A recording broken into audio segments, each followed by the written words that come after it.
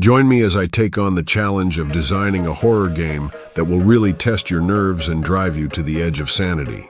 Imagine a game that not only makes you jump out of your seat, but also toys with your psyche, making you question what's real and what's just your imagination running wild. That's the kind of game we're going to explore today. A game that's designed to push you to the edge of sanity. Creating an engaging horror experience that truly unsettles players is no easy feat. It's a delicate balance between jump scares, atmospheric tension, and psychological manipulation. One wrong move and you end up with a game that's more annoying than frightening. For instance, relying too heavily on cheap jump scares can lead to desensitization, making the experience feel more like a tedious roller coaster ride than a genuinely terrifying encounter. Another common pitfall is failing to establish a sense of vulnerability. If the player feels too powerful or too prepared, the fear factor is lost.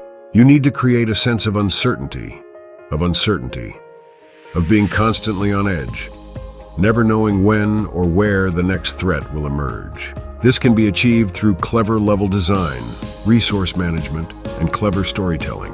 Moreover, horror games often fall victim to cliches, overused tropes like creepy abandoned asylums, demonic possessions, and creepy children. While these can be effective in small doses, they've been done to death, and it's time to think outside the box. We need to explore new ways to create fear, to tap into the player's deep-seated phobias and anxieties. In order to craft a truly unsettling experience, we need to dig deeper into the human psyche, examining what truly frightens us. Is it the unknown, the unstoppable, or the uncontrollable? By understanding what drives fear, we can create a game that's not only scary but also thought-provoking and emotionally resonant. Sound design is a crucial element in horror games. A well-crafted soundtrack can elevate tension, create unease, and even induce fear. Take, for example, the sound design in Amnesia, The Dark Descent.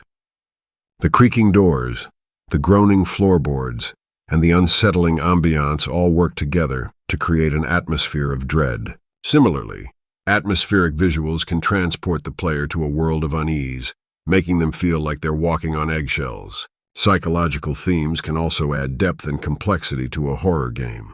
Games like Silent Hill 2 and The Last of Us expertly weave together psychological themes with terrifying gameplay, creating an experience that's both haunting and emotionally resonant.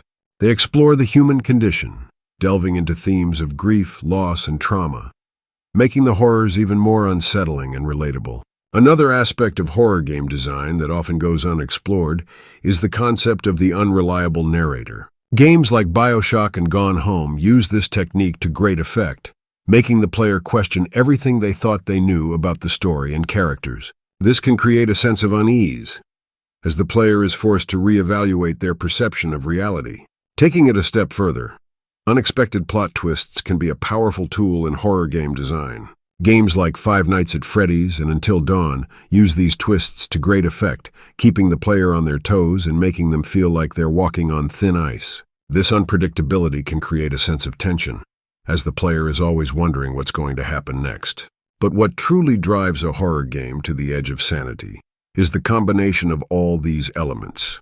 It's the sound design, the atmospheric visuals, the psychological themes, and the unreliable narrators all working together to create an experience that's both terrifying and thought-provoking. In conclusion, designing a horror game that truly drives players to the edge of sanity is a delicate balancing act. It requires a deep understanding of fear, anxiety, and the human psyche. By exploring new ways to create fear, by delving into the unknown, and by combining all these elements, we can create a game that's not only scary, but also emotionally resonant and thought-provoking. So, what do you think makes a horror game truly scary? Share your thoughts in the comments below, and if you want to see more videos on game design, be sure to check out my other videos.